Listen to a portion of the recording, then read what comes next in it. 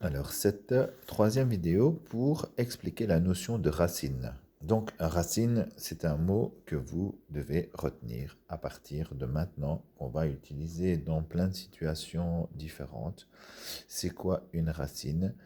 La racine d'un polynôme, la racine d'une équation, ça sera la valeur de x qui va faire que le polynôme est égal à 0. Donc, x, c'est une variable. Il peut prendre plusieurs valeurs. Et à chaque fois qu'il prend une valeur, on vient de le faire dans le point précédent, mais on calcule la valeur du polynôme en fonction de la valeur de x.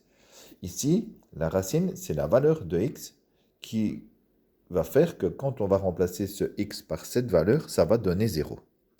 Alors, automatiquement, si on cherche la valeur de x qui va donner 0, on met le polynôme égal à 0. Si c'est le polynôme 3x plus 2, eh bien, on va regarder quelle est la valeur de x qui rend le polynôme 3x plus 2 égal à 0. 4x moins 1 égale à 0. Je prends toujours des exemples qui ne sont pas dans votre cours et vous allez essayer de faire le même avec ceux qui sont dans votre cours.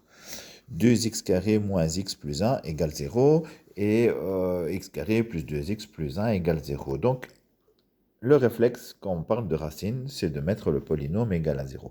Et on doit chercher la valeur de x qui rend cette équation égale à 0. Et donc, je résous l'équation comme on l'a déjà vu et comme on va bientôt le revoir.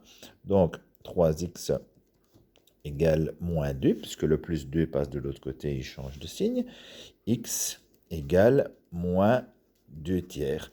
Voilà, la racine du polynôme 3x plus 2, c'est moins 2 tiers. Et quand je remplace x par moins 2 tiers, vous pouvez refaire le calcul pour vérifier, eh bien, ça donne 0. On fait la même chose avec le 4x moins 1.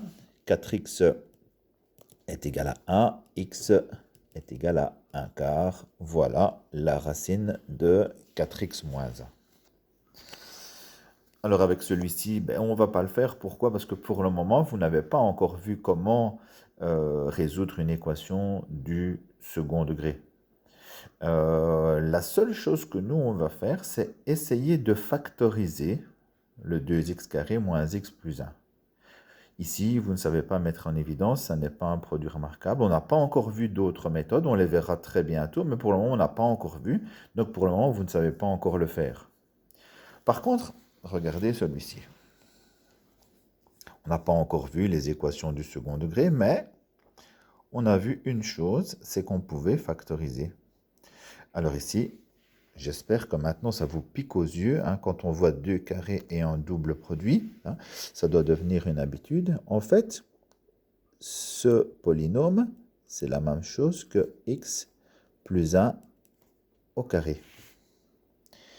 X plus 1 au carré, dans votre tête, ça on n'est pas obligé de l'écrire, mais voilà, en fait c'est x plus 1 fois x plus 1. Et vous savez une chose, on va maintenant insister, ça s'appelle la règle du produit nul. Quand on a une multiplication qui est égale à 0, ça veut dire automatiquement que c'est qu'il y en a un des deux qui est égal à 0. Soit celui-là, soit celui-là. Et en plus ici, ce sont les deux mêmes. Donc forcément, ça veut dire que x plus 1 est égal à 0. Et donc, on revient maintenant à une équation du premier degré. Et ça, vous savez faire. X est égal à moins 1. Voilà, j'ai trouvé la racine de ce polynôme. Si je remplace x par moins 1, le polynôme sera égal à 0. Moins 1 au carré, ça fait 1. 2 fois moins 1, moins 2, plus 1, on est bien égal à 0. Voilà, il faudra faire quelques exercices pour bien retenir tout ce que j'ai dit, mais n'hésitez pas à repasser la vidéo 2 fois, car tout ce que j'ai dit dans la vidéo, c'est de la théorie que vous devez comprendre et connaître par cœur. La racine, c'est la valeur qui annule le polynôme. Quand on a un polynôme du second degré, on doit essayer de le factoriser. Et voilà la suite des explications, vous la repassez. Si vous avez des questions, n'hésitez pas.